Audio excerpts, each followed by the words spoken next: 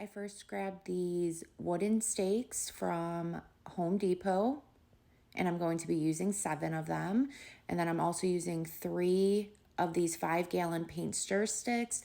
2 of them, I cut them down.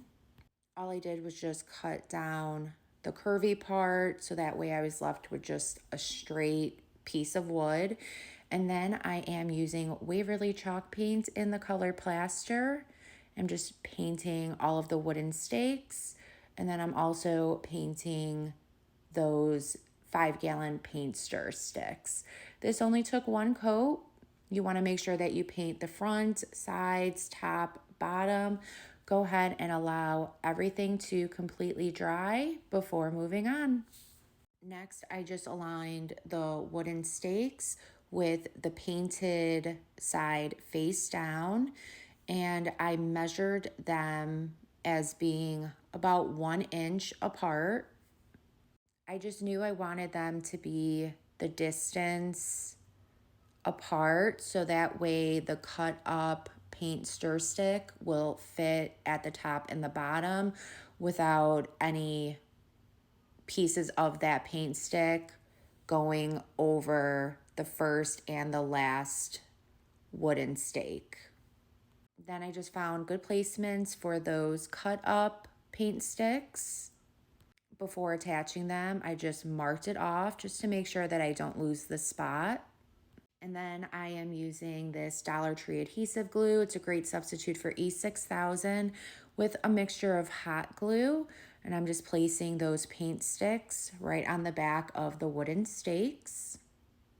And then using the uncut paint stir stick, I just apply the same glues and I'm placing that paint stir stick going in a diagonal. Now you could let those glues dry for about 10 to 15 minutes and you could just stop there.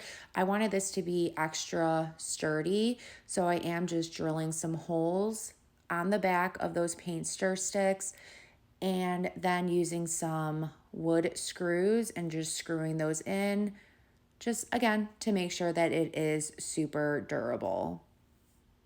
And there is that. Now you have the start of this adorable picket fence decor.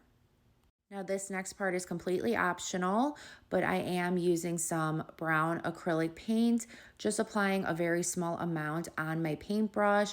If you have too much, just dab some of that excess off. And then just with some light brush strokes, I just went all throughout the fence and just kind of made it look a little bit more weathered, just focusing mostly on the edges of each of the wooden stakes. Go ahead and put that aside. I then found this watering can from Goodwill. I wasn't too fond of the pink, so I am just going to paint it. I'm using Waverly chalk paint in the color Moss. This did end up taking 2 coats. You want to just dry the first coat before going on to the second coat and allow that all to completely dry. I painted the insides, outsides, the bottom. I just painted everywhere.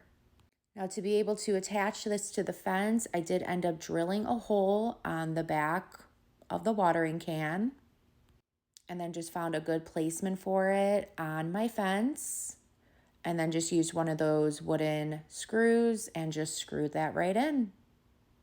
And look at how stinking cute this is. I love it. Next, I got this bucket from Hobby Lobby. It was on clearance, and this was super helpful because it already had some holes in it.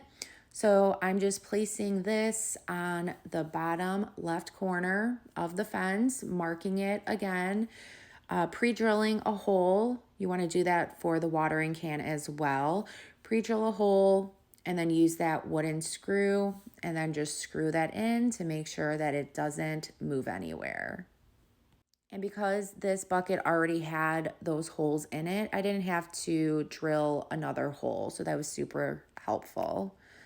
And look at that. This is so adorable.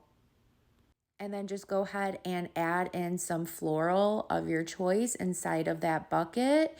And if you're going to leave this outside, I highly recommend you spray it down with some kind of sealant This is the sealant I love to use. It is waterproof. It is great for outdoor decor.